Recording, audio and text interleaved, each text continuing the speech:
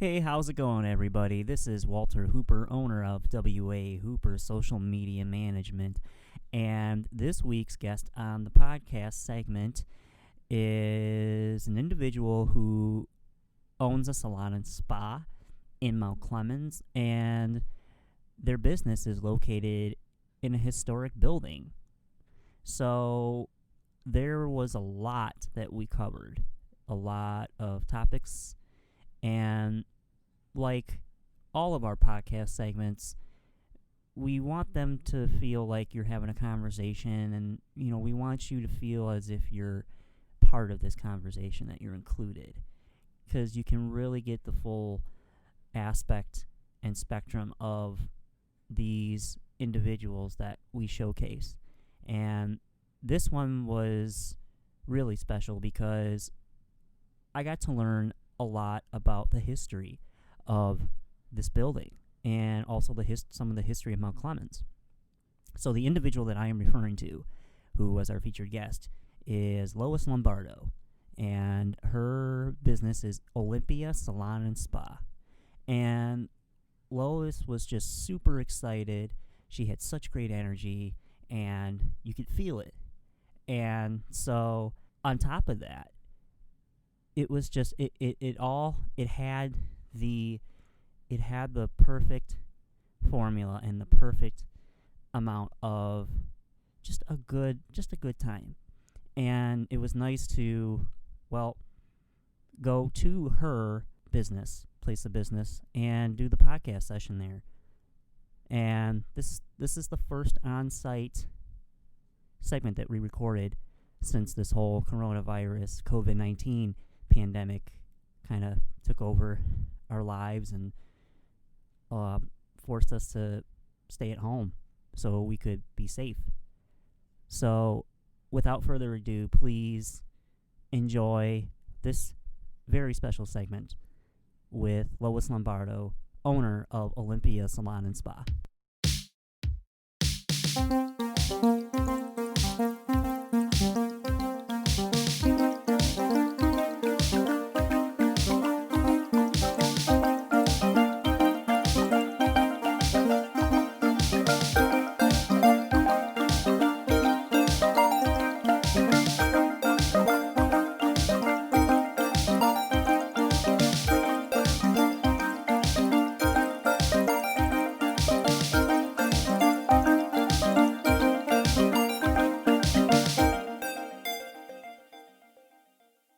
Hey, how's it going, everybody? This is Walter Hooper, owner and operator of WA Hooper Social Media Management.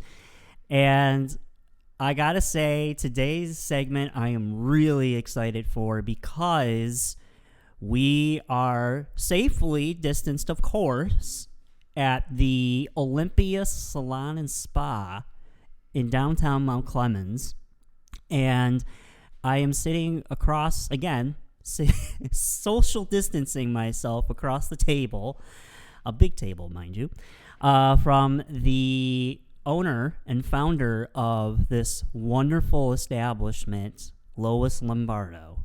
And I am so excited to hear Lois's story and to get insight of how she started this business, where she hopes to see it go in the future, and what she's been doing to keep up with this coronavirus, this COVID-19, this stay-at-home order, what she's been able to accomplish since she's started this, and how she's prepping up for, as she calls it, the big wave of clients. So Lois, thank you so much for taking the time today and sitting down and chatting with me. So I'm gonna yield the floor to you, and I'm gonna have you tell a little bit more about yourself and Olympia Salon and Spa.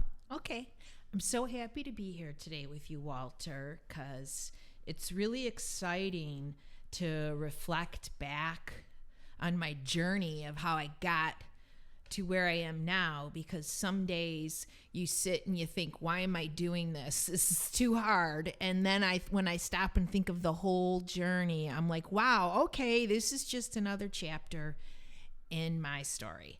The COVID, which has not been fun. But I started, for some reason, I always loved cutting hair, as most hairstylists talk about. All my Barbies had hairdos and makeup, and my poor little sister became my human guinea pig that I would tweeze her eyebrows and cut her hair and put makeup on her. But that was always my passion. And I always knew that I wanted to be a hairstylist. And I also loved going into salons, and my mother would go to the little neighborhood salon to get her hair done, and I would beg to go also. And I was like 8, 9 years old, and I can remember sitting there, and I would just sit there and watch everybody working and was so mesmerized. My mom always made jokes that she'd look over at me and my eyes were like huge, and I knew that's what I wanted to be a part of. And just the whole magic behind it of transforming people and helping people to feel good about themselves and being artistic. So nobody thought that was a good idea in my family. They all wanted me to go to college. And eventually I graduated from high school, and my parents pushed me to go to college. I did not want to, and I went for one semester and then said forget it. So I didn't get into this industry till later in life, because it was expensive to go to beauty school, and I got married young and had a baby young, and so it was many years before I could pursue my dream. And it's been wonderful. I enjoy every day. I do get stressed at times, and it has had to become a priority, but I've had the salon now for 23 years. Wow. Which is really, it's gone by in a blink, but there's been so many changes, and the beauty industry is directly attached to the fashion industry, so it's forever evolving. And that's what I love about it too, is I always set a goal for myself to attend at least 3 education events every year for myself, and it's normally like 5 to 10 events I will attend yearly, because learning new things and the new trends is just super fun and exciting, and our clients just love it. But I was always started the business. We were always in downtown Mount Clemens, and I was drawn to Mount Clemens because I'd always heard about their history here, and it just seemed like such a magical time when the bathhouses were here, and Mount Clemens was a tourist town. And it was like the bathhouses started in the 1800s here, when they discovered that the natural mineral springs that run under Mount Clemens had this incredible healing to many different ailments. And so I thought, what better place than to be in Mount Clemens, where all this stuff had already happened and had such a wonderful charm to it. So I started out as a tenant, and I came to the town, and I never owned a business, and I went and I drove up to all the little shops that had for lease signs in the windows, and nobody would lease space to me because it was too high of a risk, and I had no experience as a business owner, and I was turned away. And finally one small spot said, yeah, you can come in here, and it was a total disaster dump, and we had to paint and decorate, and I was going to Salvation Army finding decorations and bought used salon equipment. And I was there for 2 years, and we grew. And we moved on to Main Street here in town, and I had a bigger spot for 8 years. So 10 years in, a person who was a business owner for many years said to me, Lois, the one bit of advice I can give you is buy your own building, because you're just going to pay off somebody else's building if you're going to, hope to be in business, forever, or as long as you can. You're paying rent every month, buy a building. So that got put in my head, and I was like, well, yeah, I want to do that. Again, everybody thought I was nuts. Why would you want that? So I found a real estate agent, and at the time, economy was booming. It was like, early 2007, and nothing was for sale. And the my real estate agent was like, I'll just start knocking on doors. And I said, I want to stay in Mount Clemens. I want a private parking lot and, just enough space of a building for my salon and spa. So she came back to me and she said, there's nothing, nobody will sell. She goes, there is one man that's willing, and don't freak out, but the place is huge. But it's already got tenants, and you could be a landlord. It'll be real easy. And I was like, well, I don't know how to be a landlord with commercial property. And she, oh, you can do it. We'll help you. So I came, and that's when I came to look at 117 Cass. And I had passed it all the time, and it always intrigued me because it's a historic building. It was originally a hotel. Oh, I didn't know that. Yes. So when she brought me over here to show it to me, I walked in and I fell in love with this building. And it isn't that it's, over the top, fantastic, but it has so much original charm, and it is just very welcoming, and I felt at peace in here, and I was like, oh my gosh, I'm gonna do this. My husband thought I was insane when I told him that I was looking at a 12,000 square foot historic hotel to buy. Yeah. But he has grown used to me and what I can walk in the house and announce that I want to do. And he's learned, don't even say, no, you're not, because then I'll want to do it even more. And he just has found a way of saying, I don't care, just don't involve me. Just nod your head and just say, yes, dear. Yep. He just says, I don't care, do what you want, but don't involve me. But I'd love to share a little bit about the history of the building. Please do. And for people that are tuned in, right now. So, Olympia Salon and Spa, as Lois had so eloquently described, it's a historic building, and Mount Clemens has a lot of that. And, walking into this building, my first time, well, first, I love historic buildings, and I love hearing the history. So hearing that this was a hotel before, now looking around, like, you know what? Now I can kind of see it. And just the like you said, the energy, the aura, whatever you want to call it, it's you walk in and you feel it. Yeah. And each area, each room has its own it has its own personality. Mm-hmm. It has its own character. And for you to be where you're at, I think is, well, first, I think it's awesome. I love it. And, Mount Clemens is also, I've been noticing, and I know we've talked about this a little bit. It's one of those places where I see it kind of being on the up and up. And, and I can say that confidently because there is another establishment here, shameless plug, the Collaborative, which is off of Main Street. And again, it's another historic building. Mm-hmm. And you walk in and you, like you said, much like here at 117 Cass Avenue, you feel the history, you see it. It's just got this energy, it's this personality that just comes to life. So, so you actually have some documentation that you found, that you dug up for today, which I can't wait to hear. So what can you tell us about this building and some of the cool history about it? Okay, so this building was originally named the Martha T. Washington, and it was built in 1910, and it is the last hotel left in Mount Clemens from the mineral bath era. Mineral baths were never actually done in this hotel, though. Most of the big hotels that were in town had a mineral bath house that was attached right next to their hotel.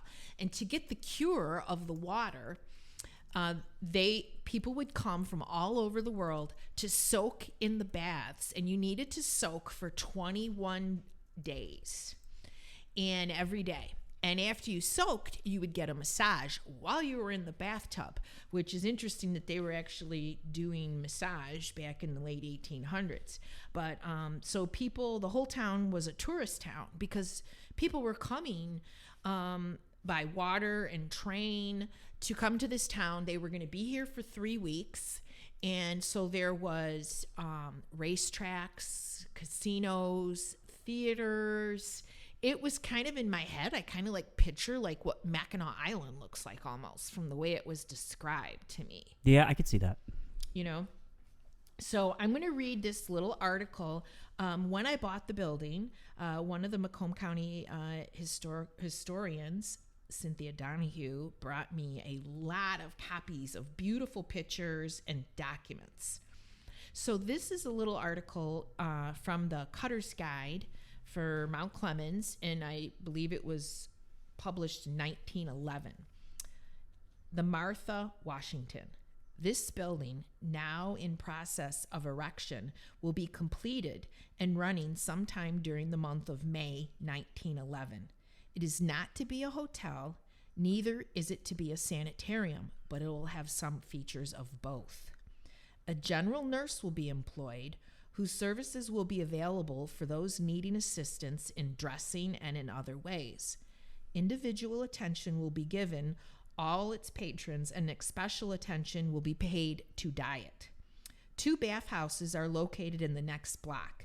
The building will be equipped with all modern conveniences, including hot and cold water in every room. Sunshine, one of nature's healers, will be a visitor to each room some part of the day. The large lobby and adjoining parlor and writing room, together with large veranda, will furnish ample room for all guests to be comfortable and not crowded. You will find this institution beautifully and centrally located on Cass Avenue, one of the chief city residence streets. The city car line from the Grand Trunk Depot passes by its doors. Those coming in upon the interurban line will find the Martha Washington 2 blocks west from the corner near which the interurban depot stands. Alcoholic, morphine, or cocaine patients and those having venereal diseases in active stages will not be taken. That's an interesting thing. Yeah. The rates will be from $14 to $21 per week. And so Dr. Joseph Croman Sr. had this hotel built. And his vision, from everything I've read, was it was going to be a hotel open to the public, to guests coming to town to soak in the baths, but it was also going to be a sanitarium for his patients that were gravely ill. And he put them up here in the hotel. And he also had he was a town doctor, so he had a small practice in the building on the ground floor. Okay. And I understand him and his family lived next door in a small house. I don't know if it was one of these little houses that are next door to the building still that are now businesses. So I thought, wow, this doctor, he was actually doing hospice before there was ever really hospice, because he would keep them here in the hotel. And I imagine that the guests that came here that weren't ill helped pay the bills. And then there was also people in here that were gravely ill. Yeah. Very interesting. Yes. So I have a lot more, and I have stories of different people that passed away here in the building, but I won't read all of that. But yes, there were many people that passed away in this building, but very peacefully, because Dr. Croman was taking care of them. And so we have a lot of spa guests that come here, and they will say to me, I'm very sensitive to spirits. And when I walked in, when you walk in the building, there's this beautiful staircase that was original. And I had a couple of different people tell me that a beautiful young woman dressed in a white gown was standing on the staircase and welcoming them into the building. And there was a woman that I found the documentation on that passed away here in the building. And she was 24 years old when she died. Oh, and she lived here in the building ill for several years. You know, I imagine she was in a hotel room and Dr. Croman was taking care of her. So I have information about her. So I don't know if it's her or not, but that's why I think when people are, when I dreamed always of having a salon, I always pictured it's going to be this really super glamorous salon with marble and stuff. And so when I met this building, my vision completely changed, and I was like, oh no, this is it. And so I've decorated with furniture that I painstakingly found at estate sales. A lot of them were local estate sales, some of the mansions that were being sold. And I found a lot of beautiful antiques and decorations and photos. And because I felt like the building has its own personality, and I have to honor that. Yeah, absolutely. And, again, when you walk in here and you see it, you do feel that. You do feel the history. You feel the energy. It's good energy. Yes, it's not negative. And it's really weird because I don't like it when people, especially people who work for me, they know this, and they'll say the building's haunted. And I'll say it's not haunted, and that's an insult to the spirits because they were here before us. And they have never done anything negative to anyone. Right. But my staff will say they'll, be in a room by themselves and they hear something move and they look and there's nothing there, or they see a flash in the corner of the eye and there's nothing there. But just different stories like that, or like the microwave would turn on all of a sudden, or stereo will turn on and the volume slowly gets louder. We have things like that, but they're nothing bad. And so like guests, clients who come to the building, even ones that aren't, in tuned or sensitive to spirits, will say, every time I come in here, I just feel so relaxed. And I really feel like it's Dr. Croman's energy that was kind of what he was trying to do from the beginning, is people who are terminally ill being treated in a nice way where they're comfortable and they're in beautiful surroundings and they're not in some, cold, sterile place. And so I feel like that's why the energy in here was meant to be this way. Yes, and it's a very welcoming energy, and hearing about Dr. Croman's approach and care that he offered. I mean, he cared. Yes. And that's the thing.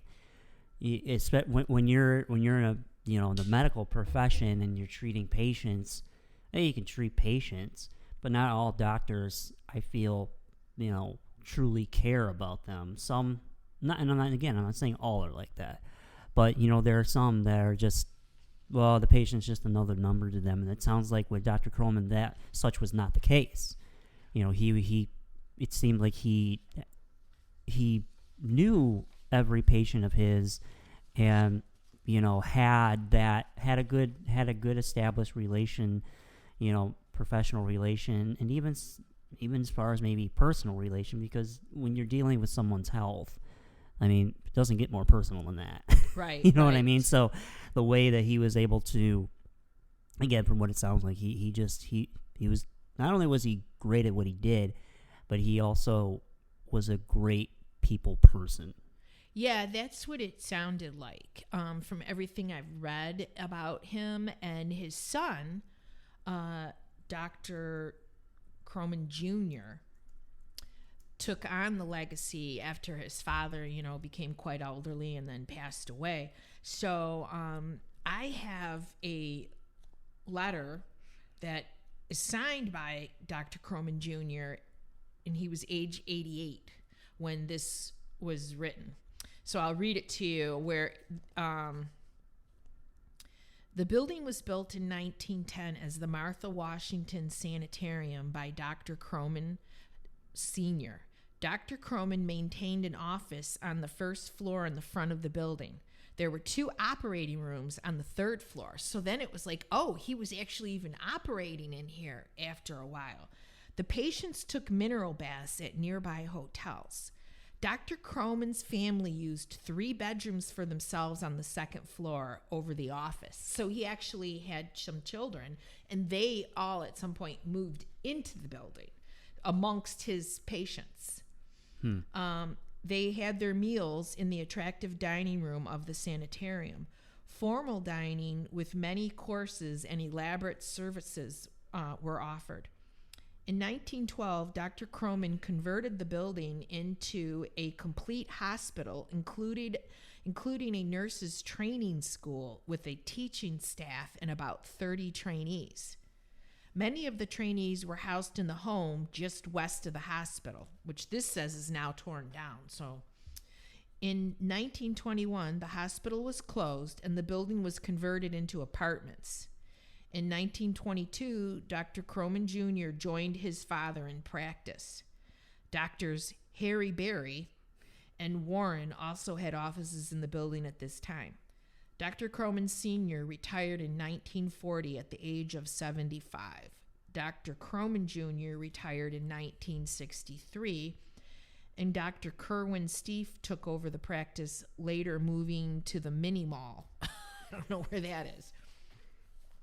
So it's really interesting that this building stayed in, his Dr. Croman Sr.'s family, and he passed the legacy on to his son. So from everything I've read, he followed in his father's footsteps to some extent, and then they delved more into the medical part of it, it sounded like, in the building. Yeah, again, which is really cool and interesting to hear.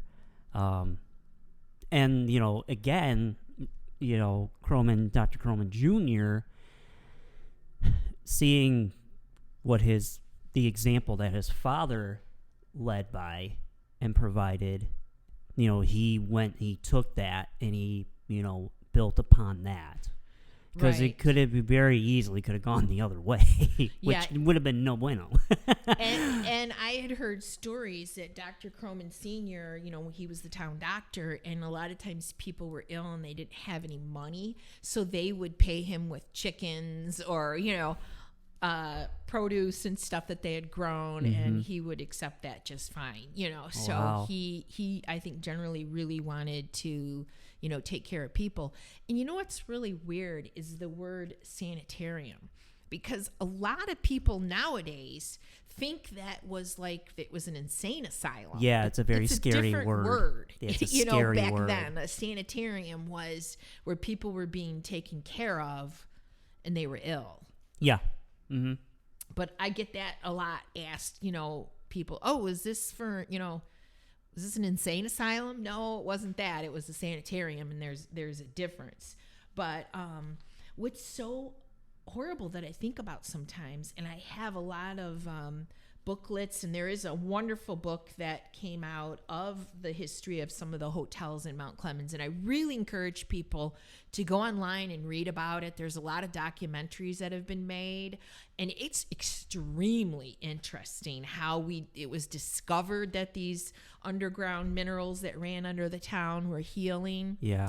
I guess there was a story about, I don't know how true this is, that there was a farmer, and it was here in Mount Clemens, and before it became a historic town, and he had an old horse that he just put out to pasture. It was going to die or whatever. Well, there was an open part of the water, and the horse was drinking the water every day and going in it, and the horse was like so much better health, and they realized then that the healing aspects of this.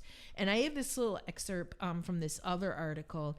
In 1870, a Mount Clemens flour mill proprietor, Dorr Kellogg, had cured his severe case of eczema by bathing in the salty mineral water, and a local physician, Dr. Abner Hayward, had started prescribing bathing for his patients suffering from rheumatism.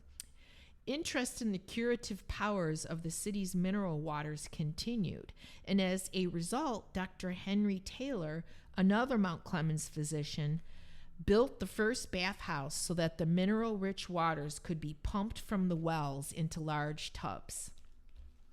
So, since once modern medicine came into the picture, many, many, many years later, people stopped going to holistic sources for ailments. And so the hotels slowly started, just falling into disarray. Because this one thing I read, one of the bathhouses, the original bathhouse, had burned down, and it was reopened and rebuilt in January of 1884. The new facility could handle 500 baths a day with its 58 tubs.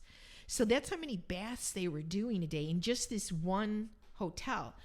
Up to July 1st, 1893, 750,000 baths had been given. So that's how many, that's just from one hotel. And there's numbers out there where there was 5 big hotels that were huge, glorious places, and they had their own bathhouse. How I happened to name my salon Olympia Salon and Spa was when I first opened down here. I was like, and learned about all this city, and the history of Mount Clemens and these bathhouses. I was like, well, I have to name my salon after one of the big bathhouses. And so I was reading the different names of the bathhouses, and there was these books, and I was looking up the pictures, and I really liked the way the Olympia Hotel looked, and Olympia Bathhouse. It was beautiful. It had these big white pillars. And at that point, I didn't even know I was going to be buying this building. I just had this little dumpy spot here in Mount Clemens I was leasing. And I thought, I know, I'm going to name it Olympia Salon and Spa after that hotel. So then you fast forward, now I'm in this building, and it has a similar look to it, not as grand. And people will ask me, oh, was this the original Olympia Hotel and Bathhouse? And I was like, no, that isn't. This was the Martha T. Washington. So... but it's just a shame that all of those beautiful hotels, and if you go online or find the books, you'll see the pictures, they were all eventually bulldozed. Because at that point, architecture had changed, and people wanted the modern, looking buildings. And these buildings, the hotels, that all started to fall into disarray because people stopped, using the baths. So now all the wells have been capped and built over and everything. But there's one well left open, and a company, Vital Waters, owns it. And that's where we get our mineral salts from, because we still do the baths here in the hotel.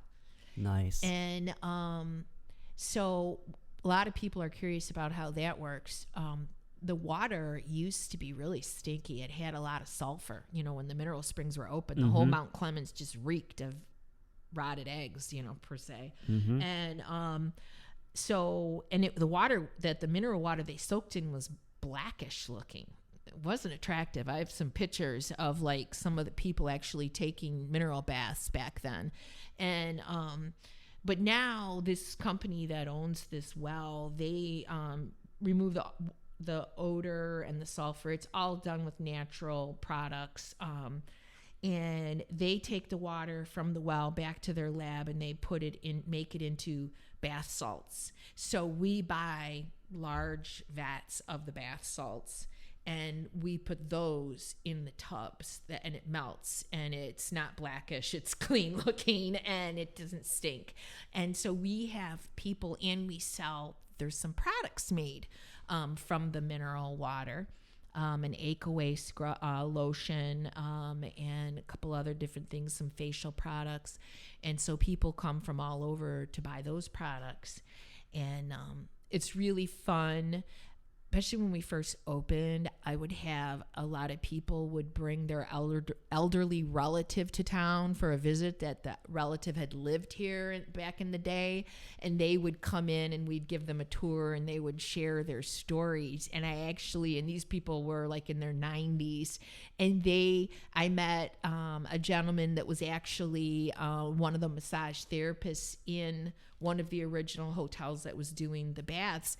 And it was weird because he told me that they weren't obviously called massage therapists back then. They were called rubbers. And that's what they were. And it actually makes a lot of sense. But how they gave the massages was, while the people were soaking in the tub, these rubbers would lean over the tub and massage the person's neck and shoulders and arms and legs. And I was like, those poor rubbers, their backs must have been killing them to lean over bathtubs and giving massages. Oh, yeah, for sure. No, yeah, it takes a toll. Oh yeah.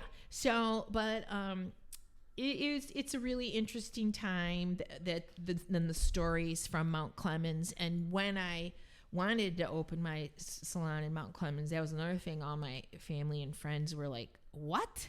Why Mount Clemens?" And I'm like, think about it. It's centrally located to a lot of, growing suburbs and communities, and I-94, and also the history. Like, I had to sell everybody to believe what I was doing, and I'm like, and I believe in Mount Clemens. I believe, and I still believe, that it is going to be so big one day. And I know it's going to happen. I know it's a slow process. It's happened for many cities, Royal Oak, then Ferndale, And Detroit now. Yeah, Detroit. And it's just a matter of a little bit more time for the right people to come along and see the vision and join the business world down here. I have to agree, because like I was, we were talking about before, being that, we're this location where Mount Clemens is, and for people that don't know, and don't quite get why we're kind of like the Mount Clemens, cheer squad, is because, it's a downtown area, but it's so accessible, and you can easily walk, across town, no issue. And there's just a character about it. And seeing more businesses pop up here and start here, and there's some cool, like I said, you have the Collaborative, obviously this place, Olympia Salon and Spa. There's a record shop, right in downtown Weirdsville. Yep. The owners are wonderful. So I mean, there's a community here, and I think that's something that people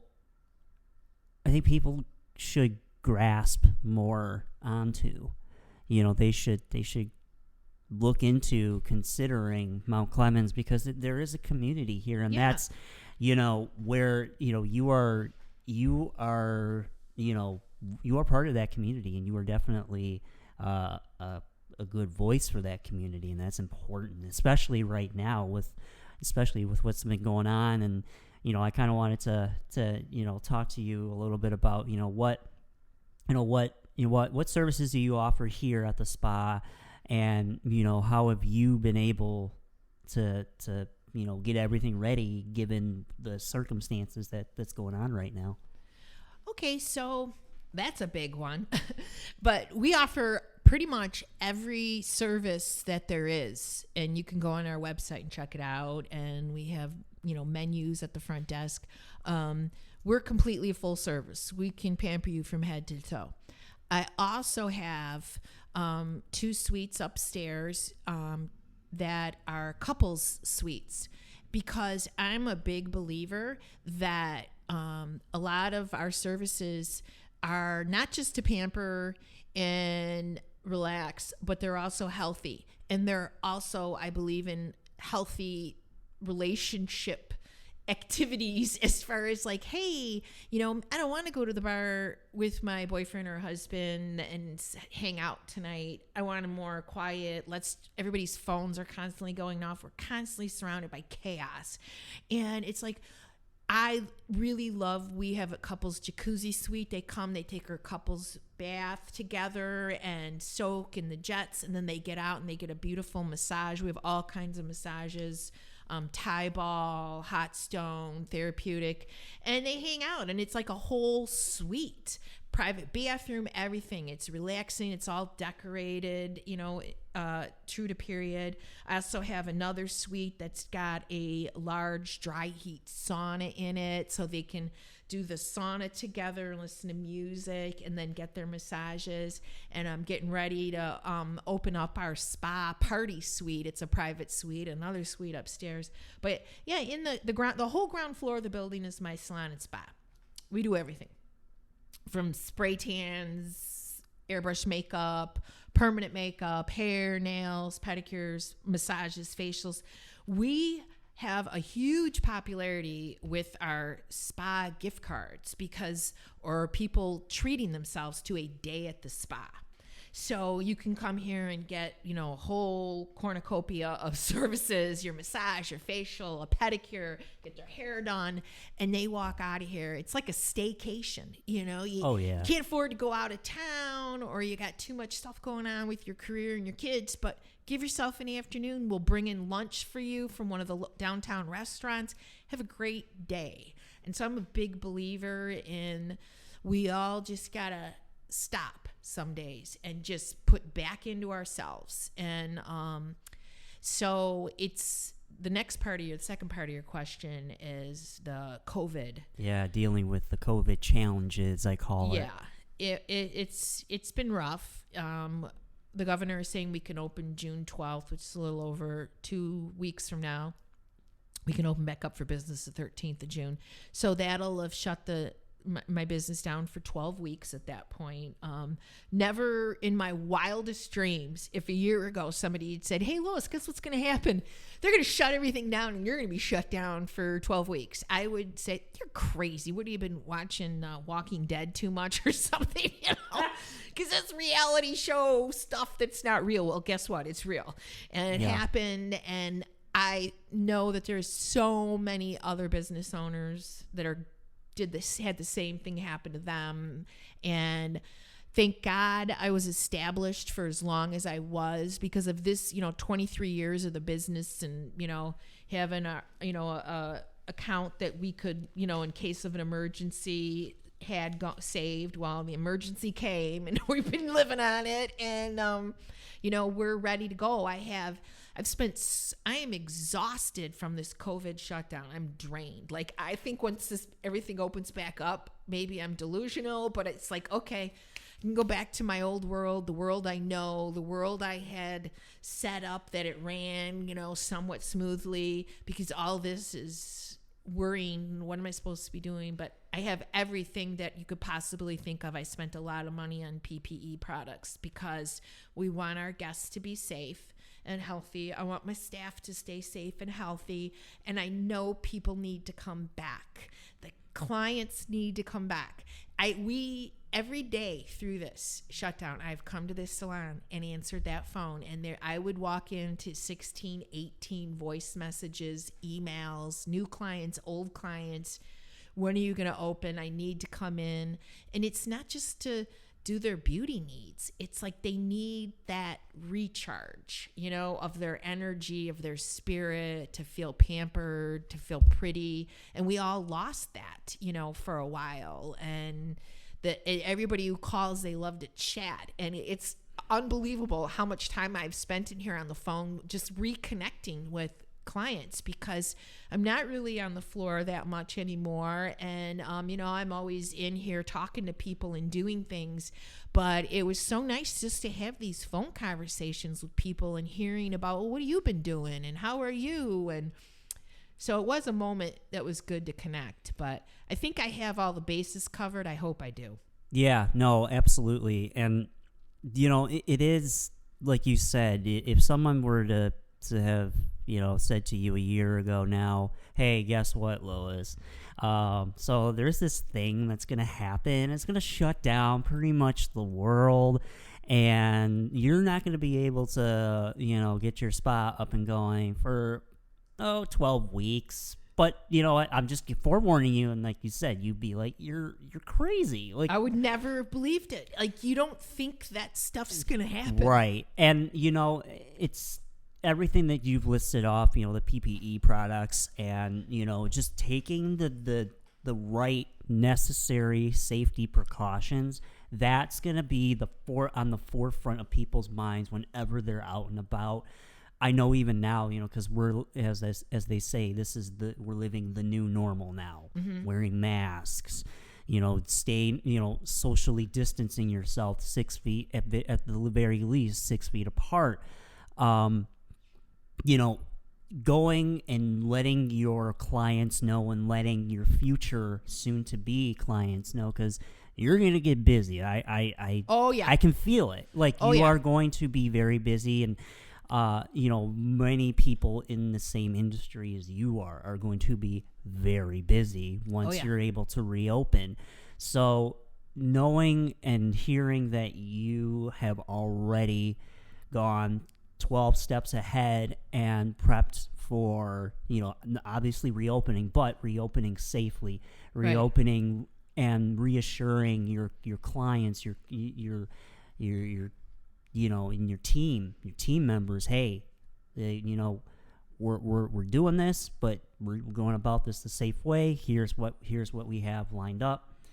Here's the procedures that we got to follow, the guidelines. And reassuring their fears, because it's like there's different mindsets about COVID. Some people are like, it's a little bit of conspiracy theory, it's this, it's that, it's not that bad, it's like a flu. And then you have other people that are deathly afraid. Oh yeah. And so I have to make sure everybody feels safe, and also try to help them feel comforted that we're going to be okay, and it's okay. And when you're a business owner, you kind of have to live in this world about making sure all the what ifs are handled in case it happens, in your business running every day. And your job basically becomes putting out fires, pushing for growth, making sure everything's right. And so when this COVID got thrown at us, I can't speak for other business owners, but then it became my new thing that I was putting out fires to, and what do I need to do for this, and what about that? And so I had to switch gears, completely. And it's a lot of responsibility. I felt very overwhelmed, after 23 years. I kind of know my business and what needs to be done, and how clients should be treated, and how my staff should be trained, and what we need. And then all of a sudden it was like, well, I don't know what we're supposed to do, but I can't say that. You had to put a lot of research into figuring out what you're supposed to do. Yeah, everyone's figuring this out together. Mm-hmm. I know even with, my, the clients, you included, going about their campaigns, their marketing strategy, their marketing plans, going about it in a way that is very much angled in the whole, hey, the new normal is here, but, we got your back. This is what we're doing to make sure that you're safe, and that your safety and health is not priority number one. Mm-hmm. No matter what industry you're in. Right. Even with like what I do, even though I'm mostly working remotely, I've been working remotely, I still I have to keep that in the forefront of my mind, because everybody, we're all, not to get all mushy here, but we are all in this together. This isn't just affecting you. This isn't just affecting me. No, it's affecting everybody. Everybody's feeling this. And like I said to you before, Walter, this shutdown affected everybody in different ways. Mm-hmm. And trying to be respectful and aware of the people around you, and how it mentally and financially, physically affected them. And, as small business owner, like I shared with you, I'm anxiously awaiting us being able to open up, and I'm super excited. But I also have very leery staff that are very hesitant, and I have to be respectful that this isn't their business. They aren't there, they want to worry, and I get it. But we all have to kind of be aware of each other's position in this and try to be respectful. Yeah, I amen to that. Amen to that. Yeah, because everybody was affected differently, but we've all been affected. Mm-hmm. Absolutely. A little sideways off topic is my one of my granddaughters is 3.5, and we'd gotten together recently, and my mother, her great grandmother, came over too, and my mother said to my granddaughter, her great granddaughter, I want to give you a hug. And my granddaughter just said, as a matter of factly, I'm not allowed to hug anymore because of the sickness, Mimi. And my mom and I looked at each other, and we were like, oh my gosh. And then it made you start thinking about how it was affecting small children. Yep. Like, her parents told her you can't hug people, which I get it, during the COVID and family members and stuff. And I was like, this is bizarre that, you get caught in your own bubble of how this affected yourself. And then I keep getting glimpses of how it's affecting other people. And then little children, like, she can't go to school anymore. She's in Montessori Academy here in town, and there is no more school. And she keeps telling me that she's late for school. And I said, you're not late for school because school is closed. How do you explain that to a child and not make her paranoid? So we're all affected, even the kids. Oh, yeah. And I remember even when this whole thing first started, and,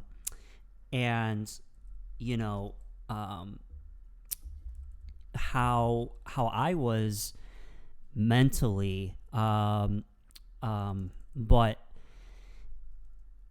I was not in a good space. Yeah. I was not in a good place, because I'm used to being out and about. I'm used, especially for building my business network. I networked like crazy, meeting new people, talking to new people. Like that's like 50% of what I do. So when that was revoked, and I'm at home, my mom even said, she goes, you're like a caged lion. Like you just, and talking with her and talking with a few other of my friends and colleagues, they're like, well, you're not going down a good path here. We can tell because I was even quiet, Yeah. And when people notice that about me, like if I'm quiet, they think there's something wrong. Well, in this instance, yeah, there was. Right. And so, but after getting those pep talks and after getting that reassurance that you're gonna be fine. Here's why, and you just got one thing at a time. That really helped. Right.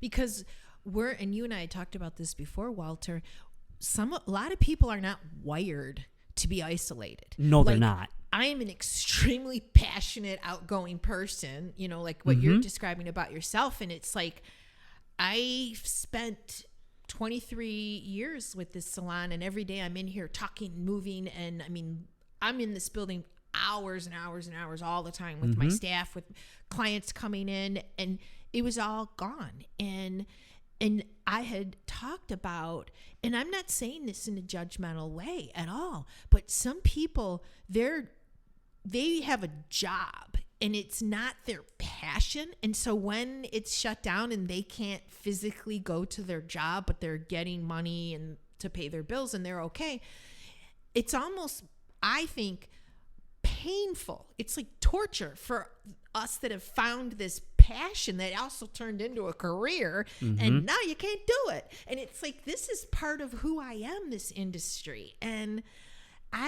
if I didn't have this, it was painful. Like you said, I went through the same thing. It's like everything had to hit the hold button on all this. And yeah, and I also see too, now that so much time has passed, I've obviously adapted, and we are here, at the salon and spa, distanced socially, of course, but I know a couple of things.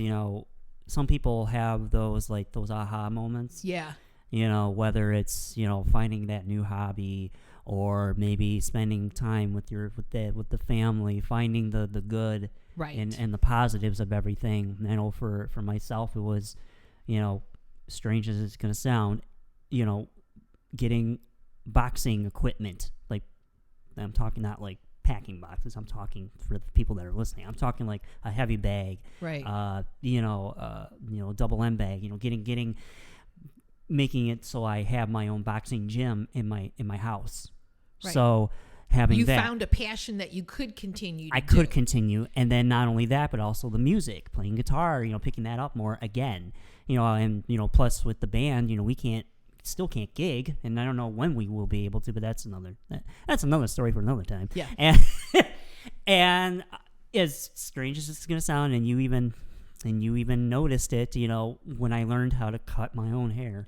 Yes, I complimented Walter on his haircut because I said, "Oh, what, do you have a friend that's a barber?" And he was like, "No, I did it myself." And I said, "Oh, wow, you're pretty good." Well, he's an artist. He's creative. Most of the people in this beauty industry were artistic people. Of course. You figured out how to do it. Yeah. And so with all those things, with those, those aha moments, those breakthroughs, that, snapped me right out of it.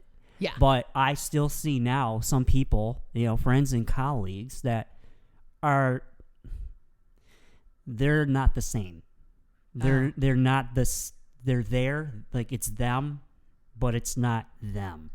Okay. This shutdown, everything has affected them to the point where you're just like, you look at them differently, and it's not a judgment, it's an observation. It's like you're cranky.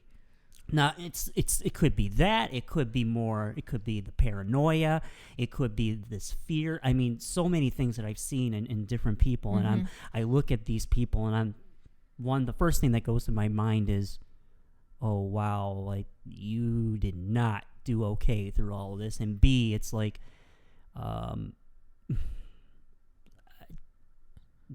sorry, I'm really sorry. Yeah, like, what do you say to that? You have to dig deep and find something you're passionate about. When, like you were saying, you can find your gardening, if you're into gardening or something. You can't just sit and worry. You have to find something that makes you happy.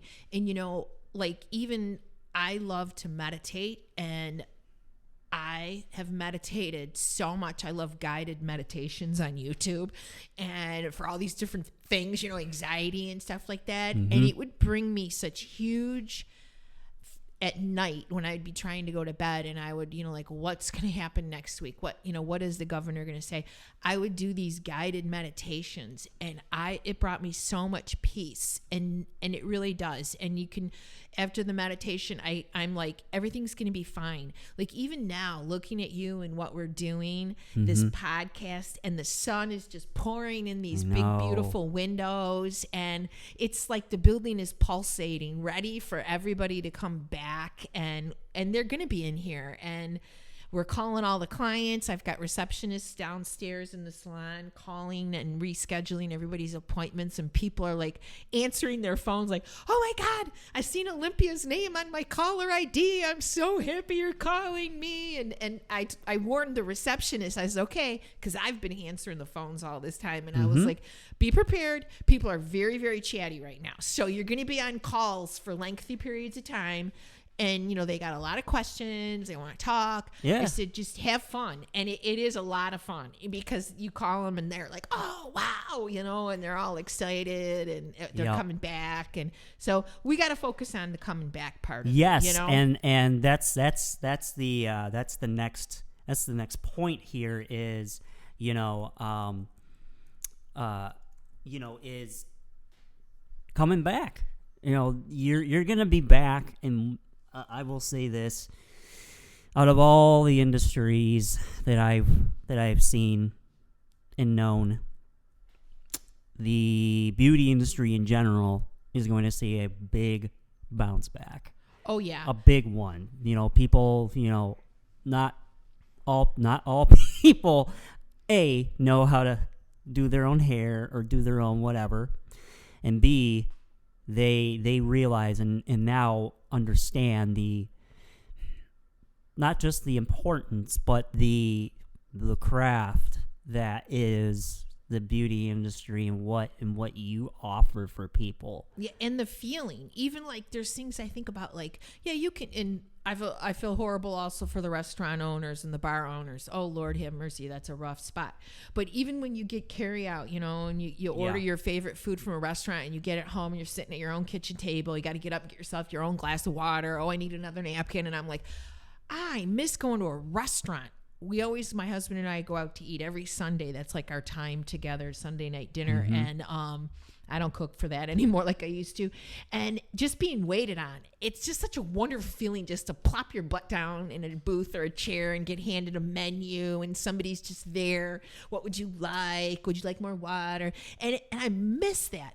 And then I thought to myself, that's what clients miss. They know how good it feels just to sit and get a pedicure, just that moment of mindfulness, even getting your hair cut, just sitting there, you got the cape on, it's all about you, what you're thinking, and you're getting your hair done, and it just feels so good to be touched, your hair to be touched. And people miss that interaction in all these businesses, and I think that maybe we're all more appreciative, of what we do have, of when we are open. And I tell you, the first time I get to go in a restaurant, I'm going to be like beaming, so happy to be in the restaurant.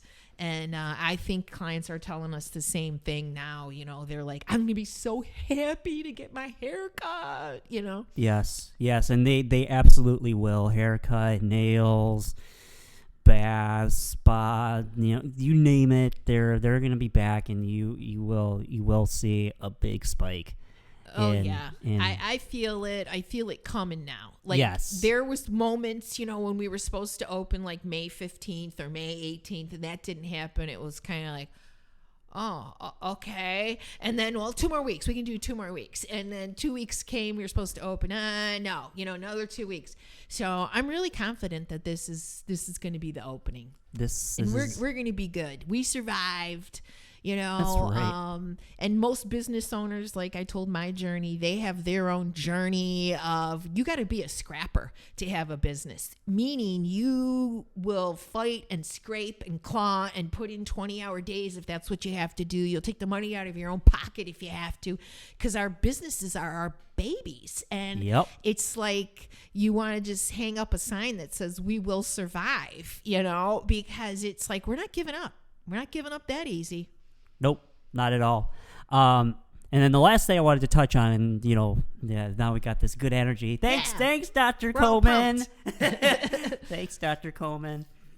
Not COVID, Coleman. Yeah, or Croman. I'm sorry. That's okay. You were close. Okay. Let's hashtag redo. Don't irritate the spirits, Walter. Hashtag redo. Sorry, Dr. Croman. Okay. That's right. So while you have been able to get ready for reopening, and even during when you're at home and with the downtime, have you taken up any fun hobbies, any new interests? I know you were mentioning the meditation, which is very, very good. Anything else that Lois Lombardo has partaken in? Well, getting caught up on stuff around my house, spending time with my granddaughters, and I still had to get my building fixed. In my spirituality, I came here Monday through Friday for hours. I would clean, I would organize, and it was just, I know it sounds pitiful, but it was just happy to be in here. So I did that a lot and got done. I had a lot of things on my bucket list. I wanted to shoot a lobby loop. And I met Walter. We did. I worked with his mother, who's an interior decorator, and her and I did a lot of work together up in the spa suite. It looks beautiful. Thank you, Karen. And then she introduced me to Walter, and him and I did a video lobby loop, which we're going to be playing on TVs. And then he's introduced me to podcasts. So I've continued to grow and continued to learn. So I found new things. I also enjoy walking, spending more time with my husband and our little doggies and things like that. So yeah, I made it work. I never got bored. I don't, bored is not a word in my vocabulary. That right there, people, that is what you should be modeling yourself after. Persevere, be strong. Find those new hobbies, spend time with the loved ones. And even if you can't, call them, Zoom with them. Like Zoom, like now that is a thing. Zoom is now a thing, So, and also too, the good that's going to come out of this, obviously with, the reopening of your salon and spa, but also too, I think just people appreciating, I think, life a bit more. Yeah, and human contact. I think we all appreciate that a little bit more. Yes. We're still not allowed to hug people. I don't know how I'm going to keep myself when the salon opens from hugging clients and my staff and stuff, but I'm trying. What I do now is I just put my arms out in front of me and go, I want to hug you so bad, but I can't. So that's like my way of hugging. I love to hug people. That's right. But so if you, because I know you are, people. I know you're itching to get your hair did. You're itching to get those nails done. You're itching for a massage. You just want to treat yourself. All right. So you can do that by first looking up Olympia Salon and Spa. They do have a website. It's olympiasalon-spa.com. And then you're greeted immediately with a picture of all the staff and Lois. And then you can find them on Facebook, username at Olympia Salon and Spa. You also, if you want to chat and talk, the receptionist is definitely taking them calls, and she's ready to chat with you, answer your questions, and just catch up with you. The number is 586-783-4970. Olympia Salon and Spa, Lois Lombardo. Lois, thank you so much for taking the time today and doing this segment. I had a lot of fun. I did too. I can't wait to do more, and we can talk about more topics. We can talk more about the building. I got lots of stuff I can talk about. I love to talk if you haven't noticed. Well, I'm in the same boat. That's why we're doing this. That's why I started this new sector of the marketing. And, we can, talk about beauty tips. We can talk about, what's the latest happenings at the salon and the spa, all these good things. So thanks so much again, and thank you to everybody for tuning in.